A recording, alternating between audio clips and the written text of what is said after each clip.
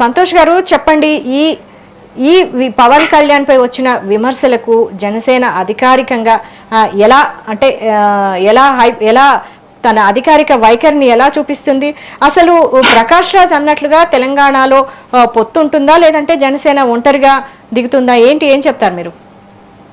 ఇందాక మీరు అడిగినట్టుగా జనసేన పార్టీ ఒంటరిగా పోటీ చేస్తుందా లేదంటే పొత్తులో వెళ్తుందా అనే దానిపైన, అంటే అందరికీ తెలుసు జనసేన పార్టీ ప్రస్తుతం ఎన్డీఏ కూటమిలో ఉందని చెప్పేసి, ఆంధ్రప్రదేశ్లో ఎన్డీఏ కూటమిలో భాగస్వామ్యంగా ఉందనే విషయం మనందరికీ తెలిసింది.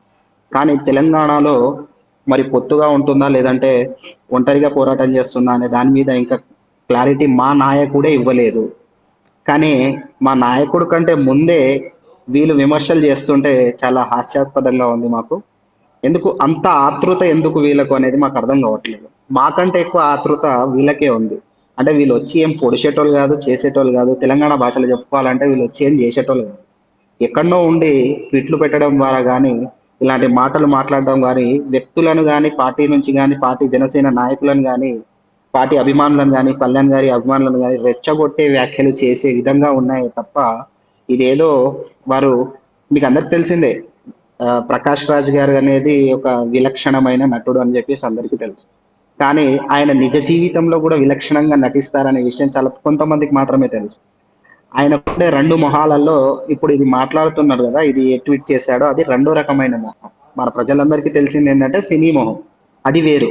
అసలైన మొహం ఏంటంటే ఇలాంటి కాంట్రవర్సీ కామెంట్ చేయడం అనేది ఆయన అసలైన మొహం.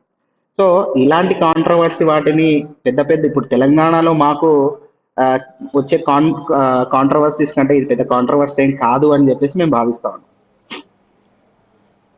ఓకే. తప్పకుండా కార్యాచరణ అనేది ముందుంది. ముందు ఇంకా రానున్న రోజుల్లో తప్పకుండా మా నాయకులు డిసైడ్ చేస్తారు. ఎలా ఒంటరిగా పోటీ చేయాలా? లేకపోతే పొత్తుతో పోటీ చేయాలా?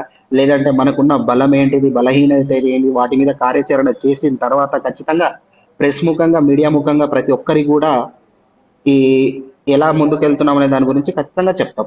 మీకు అంత తొందరపడాల్సిన అవసరం లేదు. ఎందుకంటే నిన్ననే మా పార్టీ నాయకుడు డిసైడ్ చేశాడు. జనసేన పార్టీ తెలంగాణలో రానున్న రోజుల్లో ఖచ్చితంగా ఉంటుందని చెప్పి నిన్ననే డిసైడ్ చేశాడు.